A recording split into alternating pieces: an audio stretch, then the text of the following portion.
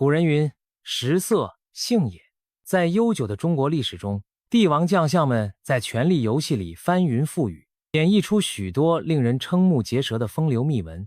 人妻、义母、魏王人这些禁忌身份，有的皇帝偏偏就爱碰，后宫之中更是上演过无数荒唐事。这些故事要么正史有载，要么野史流传，个个都堪比8点档狗血剧。今天我们就抱着轻松吃瓜的心态，来看一看古代帝王和权贵们那些乱哄哄的感情纠葛，保证让你感叹一句：贵圈真乱。都说英雄难过美人关，帝王也不例外。有权力在手，喜欢谁就抢过来，哪管他原本是谁的老婆。历史上公然抢占别人妻子的皇帝还真不少。春秋时期，魏宣公就是个前辈。话说明殷那年，魏宣公还不是国君的时候，就和他老爸的宠姬宜姜偷偷好上了，并且生下了一个儿子公子吉。您没听错，这位公子吉其实是魏宣公和自己后妈生的娃。后来魏宣公即位，当了国君，还封这个私生子公子吉为太子。本来按套路发展，这位太子也有望成为历史上最幸运的私生子之一。可是事情还没完，太子吉长大后，老师给他定了一门亲事，对象是齐国的美女宣姜。哪料这位当岳父的魏宣公一见准儿媳，眼都直了。儿子媳妇这么漂亮，不行，我得先睡了再说。于是魏宣公硬是横刀夺爱，把儿子的未婚妻宣姜据为己有，自己纳为夫人，让太子另娶他人。您想，太子及亲妈宜姜本来就因为魏宣公移情别恋宣姜而失宠，一怒之下上吊自杀。而魏宣公每次看到太子吉，就想起自己干的抢儿媳妇的勾当，心里别扭，反倒迁怒于太子。最后这位荒唐的老爸竟派人把亲生儿子，也就是前未婚妻的前未婚夫给暗杀了，以绝后患。古人常说虎毒不食子，魏宣公这操作比虎还毒，简直为抢别人老婆的荒唐行为做了最早的示范。到了帝王时代，唐太宗李世民在治国是明君，但在感情生活上也干过几票抢人妻的事迹。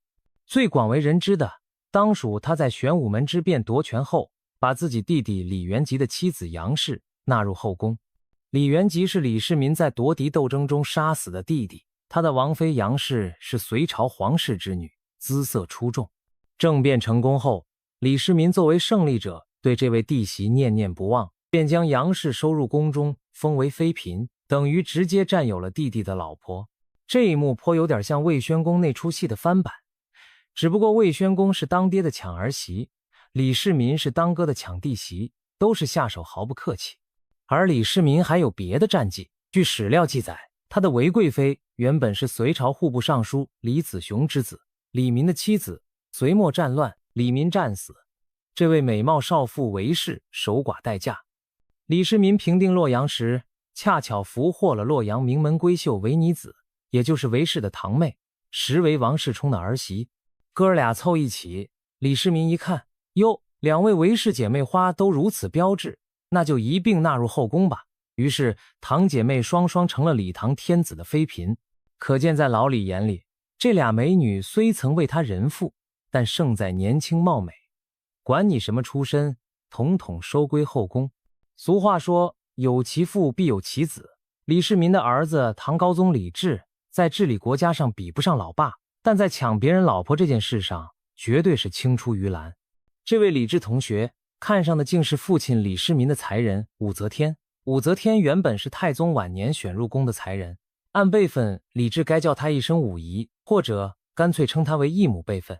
然而太宗驾崩后，年轻貌美的武才人本该出家为尼，了此残生，不料李治即位后，对这位父皇遗孀念念不忘，硬是把她从感业寺接回宫中，立为昭仪，后来更扶正为皇后。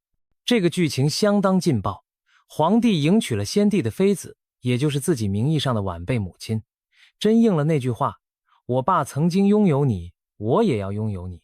李治这一操作放在传统礼法上是离经叛道，可在人家帝王看来，爱情或者说欲望至上，礼教算什么呢？武则天也凭借这桩父子两代帝王的爱情，一步步走上了权力巅峰。清朝也有类似的狗血事，乾隆皇帝一生风流，自诩风雅，但据传他也干过利用皇权抢占臣下妻子的勾当。乾隆的原配富察皇贤淑端庄，深受乾隆敬爱。然而富察氏早逝，据说就和乾隆的一次荒唐行为有关。富察氏的亲弟弟富察傅恒是乾隆朝有名的青年将领，他的妻子瓜尔佳氏出落得楚楚动人。乾隆在一次宫宴上见到弟弟媳妇瓜尔佳氏，登时起了爱慕之心，这可不得了。皇帝看上的女人哪有得不到的？乾隆于是找机会将傅恒派去出征办差，让弟媳落单在家，自己则对瓜尔佳氏展开了步步紧逼的攻势。瓜尔佳氏一边对丈夫忠贞不渝，但另一边是皇帝虎视眈眈，又牵涉家族安危，哪敢公然抗拒？最终乾隆还是强行把这位瓜尔佳氏占为己有，硬生生拆散了一对恩爱夫妻。更劲爆的是，野史传闻瓜尔佳氏后来为乾隆生下了一个儿子，取名福康安。福康安其人还颇有名，很多人看过《还珠格格》吧？里面乾隆身边的侍卫福尔康，其历史原型据说就是福康安，而福康安极可能就是乾隆和瓜尔佳氏的私生子。这桩丑闻在当时朝野自然不敢宣扬，只是可怜了富察皇后，因弟媳遭辱，郁郁寡欢，不久病逝。据说乾隆晚年也为此事偶有悔意，但木已成舟，他身为天子，把臣下妻子占为己有，又有谁能奈何？只留下后人茶余饭后的唏嘘。抢别人媳妇这种事，不仅皇帝爱干，权臣猛将里也有典型案例。最著名的要数三国时代的猛将吕布。吕布武艺天下无双，感情生活同样丰富。他在认贼作父拜董卓为义父后，居然背着董卓偷偷和董卓的侍妾私通。董卓相当于吕布的义父，他的侍妾按理说是吕布半个义母。吕布色胆包天，不顾伦理，和义父的女人搞起了地下情，这也埋下了日后吕布杀董卓的伏笔。吕布生怕事情败露，被董卓发现后弄死，只好先下手为强。在戏曲和小说《三国演义》里，这段被演绎成吕布戏貂蝉的故事。貂蝉被王允献给董卓后，又与吕布私会，最终促使吕布除掉董卓。当然貂蝉是虚构人物，但吕布与董卓侍妾通奸却是真有其事的。《三国志》作者陈寿评价吕布列有妇人之仁，而无男子之意，还暗示吕布好几次与部下妻妾私通，所以人心尽失。难怪后来吕布兵败被曹操处死，临终前还发出感慨：明公，曹操若不嫌弃，就把我绑了送到洛阳去，让我当面问问那汉献帝，他爹的女人被人睡了是什么滋味。虽然这句话是演义里编的台词，但足见吕布惦记别人老婆已成了遗臭的标签。由此可见，在封建时代，只要有绝对的权力傍身，某些皇帝或诸侯是管不住自己下半身的，别人的老婆真心喜欢就抢过来。伦理道德和礼法在他们面前如同稻草人，这样的荒唐事在历史长河中一次次上演，令人不胜唏嘘。如果说抢别人妻子已经有违常理，那么对长辈辈分的女性下手更是乱伦中的大忌。然而偏偏有些帝王权贵连继母、义母这样的女性都不放过，上演了一出出后妈难为的乱伦事故。还记得前面提到的魏宣公吗？他可不止抢儿媳这么简单。魏宣公青年时私通父亲的宠姬宜姜，实际上就是与自己名义上的继母发生了关系，还生下了孩子，这已经是乱伦了。然而魏宣公似乎毫无心理负担，父亲在世时偷情生子，父亲死后又即位为君，堂而皇之把曾是他后妈的宜姜当成自己的女人带在身边。这种荒唐行径，估计孔夫子知道了都得气得胡子飞起来。这不就是赤裸裸的弑父夺妻吗？幸好魏宣公的老爸当时大概已经作古，否则真是一家三代关系乱成麻。魏宣公算乱伦始祖级人物，但后世竟还有类似剧情。三国时期我们说了吕布和义父董卓的小妾暗通款曲，再看隋炀帝杨广，据传也干过引诱亲爹妃子的事。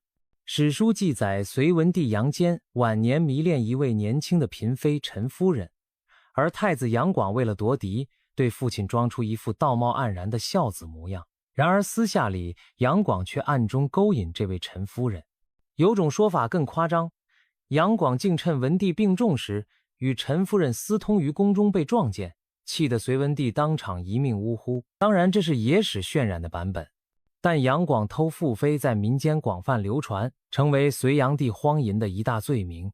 想想看，杨广作为皇太子，对自己父亲的女人都下手，这辈分乱的都没法数了。陈夫人本来算他半个妈，被他一睡，这一声妈还怎么叫出口？杨广即位后，据说还把陈夫人收进后宫，犹如魏宣公翻版，难怪隋炀帝给后世留下荒淫无道的恶名。这种连继母、义母辈分都不放过的行径，在传统纲常中属十恶不赦的乱伦，可皇帝要做，谁敢当面指摘，只能留待史书去秉笔直书，供后人评说了。除了汉人皇帝，一些少数民族政权的君主在这方面更是风俗使然，比如匈奴就有父死子娶其妻的习俗，父亲去世后，儿子可以娶除了生母之外的继母、后妈为妻。这在中原礼法看来是难以接受的乱伦，但在草原民族眼里是再正常不过的祭祀行为。史书中记载，匈奴单于冒顿杀父夺位后，就妻其群母，把老爹的老婆们全纳为自己的女人。汉朝使者刘敬提到这事时惊叹，匈奴人崇尚强力，不讲伦理，竟有如此习俗。中原读书人背后都摇头，说这等于把后妈继母全变成儿媳，真有违人伦。不过话说回来，游牧社会为了部落稳定，确实有让部族首领继承前任妻妾的传统，算是一种延续血脉和财产的方式，只是听在汉人耳里如同天方夜谭。类似的情况在五胡16国、北朝时期也偶有发生，鲜卑、柔然等族也存在兄死弟及妻、父死子娶继母的风俗，比如北魏早期就一度承袭了这种做法，直到孝文帝改革时才禁止。可见在那个乱世中，有些统治者本身就是踏着游牧传统上位，对于娶继母这种事并不避讳。这也难怪为什么南北朝时期的政权更迭中，宫闱关系混乱的记载特别多。中原士人笔下一个个都被描绘成了禽兽王朝。说到这里，不得不提一个南朝的奇闻，刘宋王朝的山阴公主。这位公主不是皇帝，但她的故事常被拿来跟皇室乱伦相提并论，因为实在太出格。山阴公主名叫刘楚玉，是刘宋废帝刘子业的姐姐，后来嫁给了何吉为妻，年纪轻轻就守了寡。按礼法，她该谨守妇道，但公主殿下偏不。她自恃美貌风流，公然向她的弟弟当时的新皇帝刘子业提出要求，请赐我面首30人。所谓面首，就是美男子男宠的委婉说法，一开口就是30个。刘子业也是荒唐，居然答应了姐姐的请求，真的挑选了30个貌美的男子供公主在府中取乐。更过分的是，野史里说刘楚玉和他弟弟皇帝关系暧昧，姐弟之间竟也不清不楚，否则他哪有胆子提出这种要求？虽然正史没有明写姐弟乱伦，但山阴公主大模大样养男宠的事却是记载在案的。后来刘宋皇室被萧道成取代，山阴公主也被处死，她养的那些面首们自然死得更惨。这段公主荒淫故事被后世当作南朝贵族糜烂生活的代表。如果说前面讲的是皇帝霸占义母，那山阴公主就是公主霸占男宠，甚至可能逆向乱伦的一例了，可谓不是一家人不进一家门。当时刘宋皇族整体风气就相当混乱。总而言之，无论是儿子夺取继母，还是君臣乱伦、姐弟乱长，古代皇室和贵族里这些违背伦常的行为虽然罕见，也真实发生过。一旦被史官记录下来，1000年后读来依旧让人震惊。当然，这种事毕竟备得，哪怕在那个时代也人人侧目。只不过，当事人仗着权势为所欲为，最终酿成一段段宫闱秘闻。所谓贵圈真乱，放古代皇宫里更是乱上加乱。魏王人是对寡妇的委婉称呼，指丈夫去世自己尚在的女子。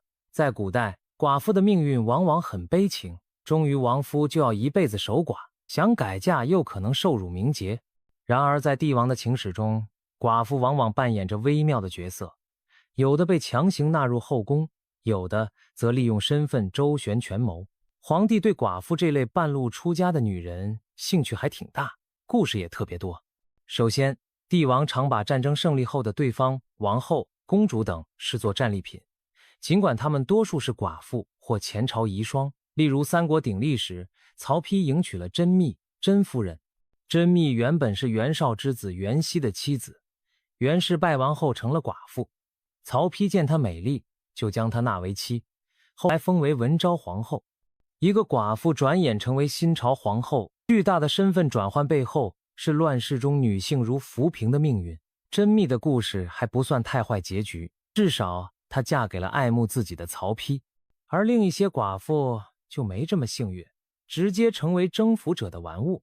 例如五代十国时，后晋的高祖石敬瑭把燕国王后都抓进自己后宫，这些女性丈夫战死，自己又被敌国皇帝占有，其惨状可想。而蒙古成吉思汗南征北战，也虏获过大量寡妇、公主，全部赏赐给功臣或自己享用，只因为他们是前朝遗族。这类寡妇在战争机器下沦为筹码，个人意志根本无从左右。当然，也有皇帝垂涎平民寡妇的故事。清朝顺治帝据传就曾爱上过一位臣子的遗孀。野史说，顺治出宫微服，结识了一位美丽的寡妇，不能自拔，甚至闹出要出家的传闻。虽然真实性存疑，但从中可见寡妇这一形象在传统故事里颇受关注。大概寡妇既有少妇的妩媚，又平添一层哀怨神秘的色彩，容易激起男人，尤其是风流皇帝的保护欲或征服欲。其实，对封建统治者而言，将寡妇收入囊中还有一个政治因素，表面是爱美人，背后是收人心。比如明太祖朱元璋，据说他手下大将常遇春一死，他就纳了常遇春的遗孀为妃。有人揣测朱元璋此举，一方面是好色，另一方面也是为了笼络常家军心，毕竟夫人都在皇帝手上，常家更得老实效忠。这种带有政治色彩的纳寡妇，在帝王史中也屡见不鲜。然而，寡妇再怎么风韵犹存，在封建礼教的眼光里，都应该守节为上。东汉末年，大儒贾谊就提出过饿死事小，失节事大的观念，认为寡妇改嫁有失贞节，甚至宁可饿死也不能改嫁。到明清时期，守寡几乎成为妇女贞节的最高标准，朝廷还会给烈女贞妇立牌坊，以示表彰。因此，那些被强纳入宫的寡妇往往名声不好听，被扣上失节的帽子。比如前面提到的甄宓，民间评价就不如赵氏守节那样高洁。当然，这种舆论对皇帝来说无关痛痒，他们要享乐，才不管什么节烈牌坊。但对普通寡妇而言，名节却关乎一生荣辱。于是我们也看到另一类故事，寡妇烈女誓死不从。比如宋末援兵南下时，大批良家女子和寡妇投井殉国，留下无数悲壮故事。地方志里也记载了许多守寡数十年直到老死的劫妇，为的是家族脸面和自身清白。在皇帝无法染指的民间，更多的寡妇选择了隐忍度日，甚至以死明志，这和宫廷里的荒淫形成了鲜明对比。当然，有寡妇刚烈不屈，也有寡妇追求真爱不顾礼法。文学作品中不乏描写寡妇改嫁或与人私通的故事，比如著名的《水浒传》，潘金莲本是寡妇再嫁武大郎，又出轨西门庆的形象。再如《金瓶梅》里寡妇李瓶儿改嫁又周旋于多男人之间，也影射明代社会对寡妇的复杂态度，既好奇又苛责。可见，在非皇室圈子里，寡妇再婚都充满争议，更别提被皇帝选中纳妃这样的特殊情况了。皇帝与寡妇，一为九五之尊，一为弱女子，看似云泥之别，却因情欲和权力交织而联系在一起。或许有真情，但更多时候不过是皇帝烈焰的心。而寡妇本人，有的借此飞上枝头，有的则沦为牺牲品。无论如何，在那个男权至上的时代，寡妇很少能自主选择命运，他们的人生往往取决于外界的意志，这也是历史的无奈之一吧。说起中国历史上哪朝哪代最荒淫、最离谱，很多人的答案会是商纣王的商朝，或者荒唐的隋炀帝治夏。然而熟悉南北朝历史的人知道，其实北齐才是当之无愧的乱伦和荒淫大满贯得主。俗话说南朝醉生梦死，北朝纵欲狂暴，其中北齐尤甚。如果要颁个贵圈真乱的朝代奖杯，非北齐莫属。这个朝代短短20多年，却把各种狗血桥段发挥到了极致，乱伦、滥杀、荒淫、变态，应有尽有，简直让人怀疑史官在写一部重口味小说。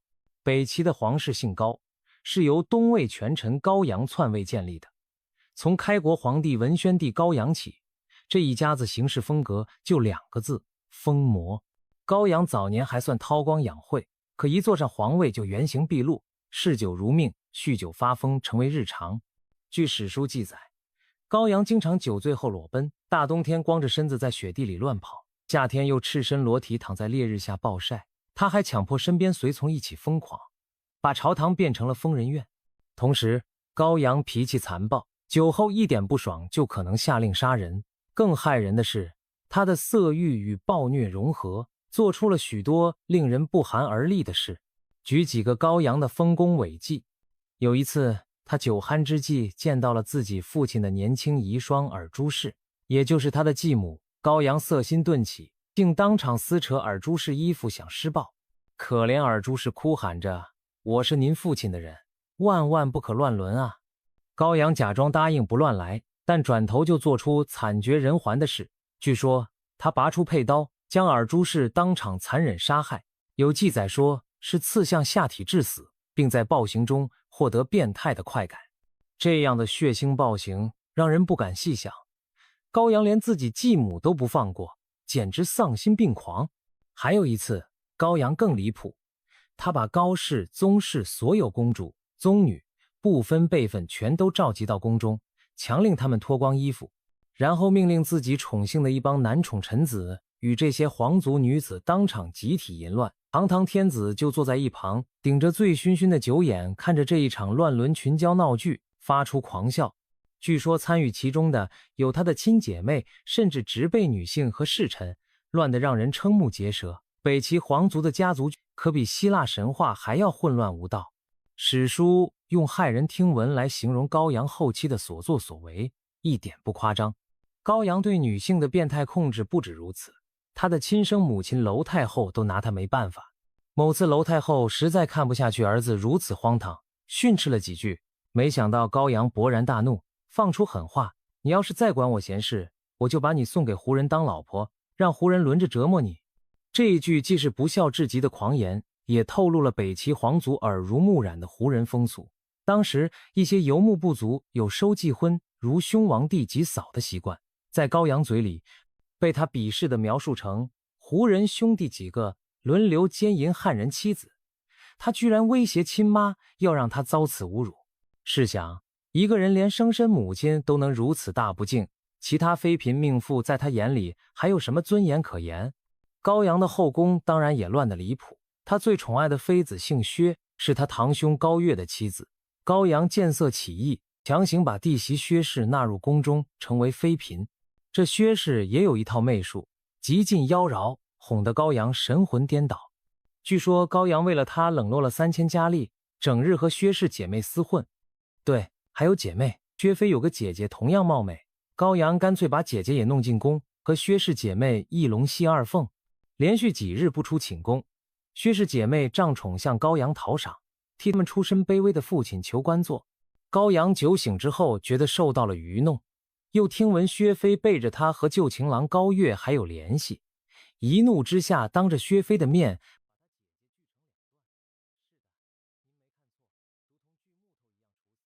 如此残忍的惩罚让人头皮发麻。据说薛妃见姐姐惨死也被吓疯了。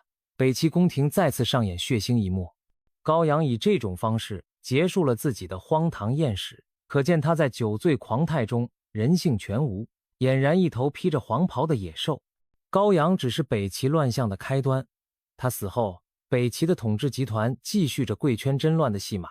高阳的儿子尚小，王朝大权落到他的兄弟高演、高湛手里。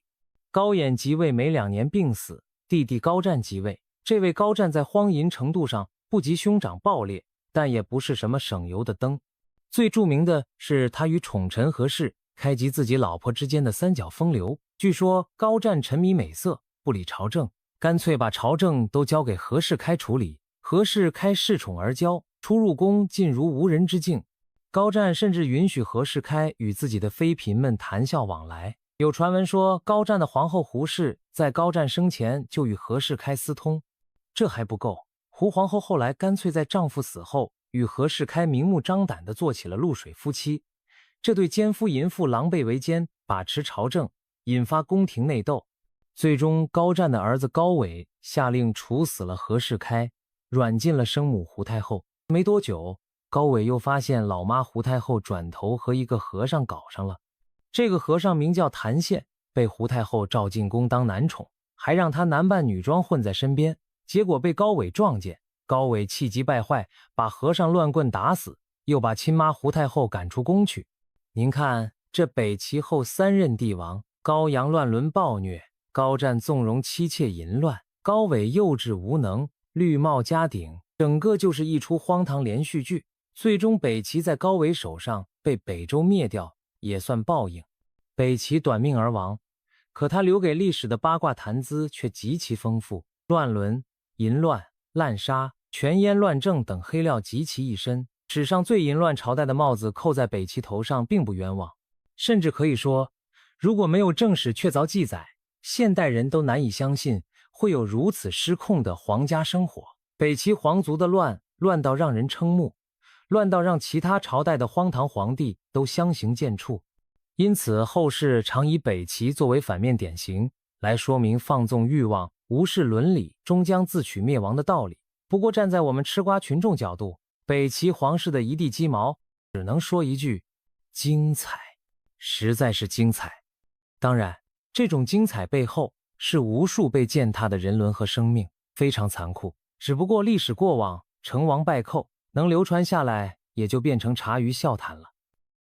说完了几桩著名的乱伦艳史，我们再把目光放回皇帝的后宫，看看那里还有哪些让人跌破眼镜的秘闻。俗话说3宫6院，佳丽3000。皇帝作为古代拥有最大后宫的男人，他的私生活精彩程度简直难以用语言形容。除了前面提到的那些抢人妻、纳继母、收寡妇的案例，日常后宫里其实每天都上演着权色交易和爱恨情仇。可以说，皇帝后宫就是一个大型连续剧，不同朝代剧情不同，但争宠和荒唐始终是主题。首先，皇帝的女人实在太多，多到什么程度？举个夸张的例子，西晋开国皇帝晋武帝司马炎，据说后宫妃嫔多达上万人。当然这个数目也许夸张，但实载司马炎宠妃数千是有的。他每天临幸哪位妃子？这么多人总不能挨个来吧。于是司马炎想出一个颇有创意的办法，羊车忘幸。他做一辆由羊拉的小车，任凭羊在后宫里自由走动，羊车在谁的宫门前停下了，他就下车去宠幸那位妃子。为了能让幸运降临自己身上，聪明的妃嫔们会在自家门口地上撒一把盐，摆几片竹叶，因为山羊爱吃咸的东西和竹子。羊一闻到喜欢的味道，自然停下来啃食，皇帝也就顺势走进去了。久而久之，这些招数被大家纷纷效仿。司马炎有次酒醒后，发现满宫都是盐巴和竹叶，才恍然大悟，哭笑不得。这段趣闻被《晋书》记了下来，成为千古流传的后宫轶事。看吧，后宫女人们为了争得一夜宠幸，也是蛮拼的。而皇帝无奈用随机方式翻牌子，更反映出后宫佳丽众多、雨露难均的现实。佳丽3000是理想值，虽然未必每朝都有这么夸张，但一夫多妻多妾制度下，皇帝拥有几十上百名妃嫔是很正常的。在这种环境中，宫斗几乎不可避免。正史、野史里到处都是妃嫔争宠、陷害对手的故事，比如明朝万历年间郑贵妃独宠，其他妃嫔怨气冲天；清朝咸丰帝时香妃传说得宠遭妒等等。不光女人斗，太后有时也会参与其中。唐朝高宗时，武则天斗死了王皇后和萧淑妃；清朝光绪时，慈禧太后也嫉妒珍妃受宠，将其赶入冷宫。这些都是后宫残酷斗争的缩影。在皇帝私人里，温柔乡也是刀光剑影的战场。有斗争就有冒险。寂寞深宫中，有的妃嫔为了满足欲望或寻求保护，甚至会和外男私通。虽然按理宫女妃嫔只接触太监，但历史上还是有漏网之鱼。前面讲的北齐胡太后与何世开和尚私通是一例，另一个广为流传的是唐朝玄宗时，据野史说杨贵妃曾和安禄山关系暧昧，安禄山拜杨贵妃为义母，结果两人暗度仓。相传安禄山体胖，还曾躺在贵妃怀里撒娇，被玄宗撞见，真相不得而知，但足见后人对宫闱男女关系的丰富想象。明朝也发生过轰动一时的挺姬案，虽然是政治事件，但据推测跟光宗皇帝的正妃李选侍等妃嫔牵扯，里面可能有奸情秘闻，甚至宫女和太监之间也有私通的事儿。太监虽阉割，但不代表毫无男女之情。有记载一些太监会假扮男性，与宫女发生亲密关系，也有太监与妃嫔形成同盟。像明末魏忠贤就被传和客氏，皇帝乳母有不正当关系，一起把持宫闱。这些都属于宫廷秘史的范畴，很多只有零星记载，但足以证明人在宫中身不由己，压抑的环境难免催生种种出格行为。皇帝本人有时也会玩一些重口味的，他拥有享不尽的美女，有些到了极致索然无味，就开始追求刺激。例如明朝嘉靖帝沉迷于道教房中术，迷信服用处女精血可以长生不老，他下令从民间挑选了一批美少女进宫修炼，所谓的玄修其实就是充当他的床地炼丹工具。这些小姑娘被逼服奇药以求圣水，也就是精血，供帝王服用，身心遭到严重摧残。嘉靖帝自己因为乱服丹药身体搞垮，脾气暴躁，对宫人动辄打骂。终于有一次，几个不堪折磨的宫女在嘉靖睡熟时用绳子勒他的脖子，试图结果这昏君性命，史称人淫宫变。只可惜他们经验不足，手忙脚乱间被惊醒的嘉靖挣脱，最终刺杀失败。这些少女们遭到极其残忍的处死。嘉靖捡回一命后，稍微收敛了一阵子，但仍旧迷信炼丹，色心不改。这起宫女弑君未遂的事件，把皇帝荒淫和宫女绝望推到了极端对立面，也算是后宫悲剧的典型了。除了嘉靖，明朝还有位放飞自我的皇帝，值得一提，明武宗朱厚照，年号正德。这位年轻皇帝不爱做龙，也爱冒险，常常微服出宫，在京城逛青楼寻欢，甚至建立了一个专属欢乐场所叫豹房，养着大批美女，夜夜笙歌。他还给自己封号威武大将军朱寿，率领亲信在民间胡作非为，闹出不少桃色新闻。传说正德帝某次看上民间一位美人妻，于是扮作县官将其丈夫治罪，霸占了这位美人。这听着都像段子，但以正德的行径，说不定真干得出来。他甚至在一次出巡时，把宁王的爱妾都给收了。据说正德晚年溺水病重时，还拉着2个美女入狱取乐，结果高烧不退，崩了驾，可以说是荒唐致死。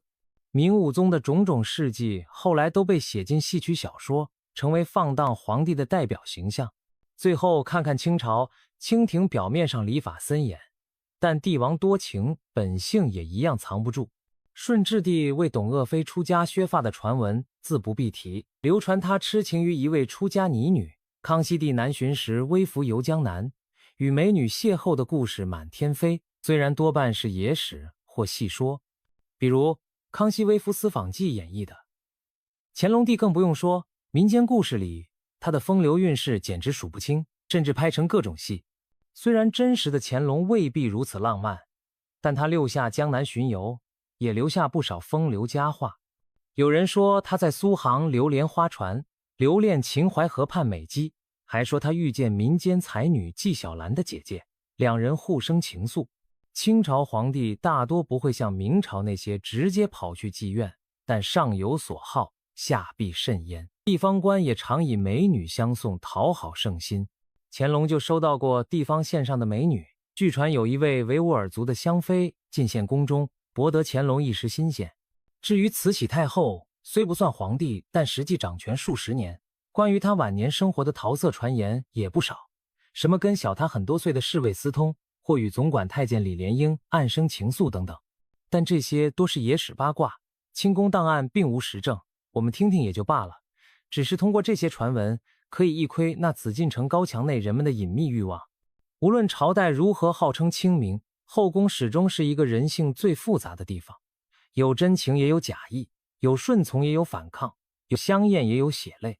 总结来看，古代帝王的私生活远比表面尊严堂皇的庙堂形象要复杂混乱得多。为了权势，他们可以冲破道德底线；为了欲望，他们敢冒天下之大不韪。从抢占别人之妻到乱伦犯上，从逼迫寡妇改嫁到后宫荒淫无度，这些故事虽带着猎奇色彩，却都折射出封建制度下特权者的放纵和女性的悲剧命运。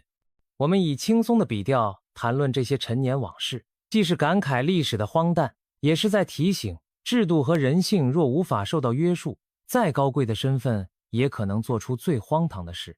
最后，不妨反思一句，为何古代会有那么多乱的现象？归根结底，皇权绝对化和男权至上是罪魁。皇帝拥有至高无上的权力，又身处金丝龙般的后宫，于是造就了一个个极端的人物和故事。对比现代社会的一夫一妻制和法治环境，我们应庆幸生活在更尊重人伦和个人权利的时代。历史给我们提供了无数发人深省的境界，连帝王之家都尚且贵圈乱套，更何况普罗大众。所幸文明进步让这些乱象成了过去。今天我们聊古人风流轶事，只当茶余饭后的谈资，然而于历史的长河，他们也是不可抹去的一笔，提醒着后人，欲望和权力若不受制衡，后果将如何失控。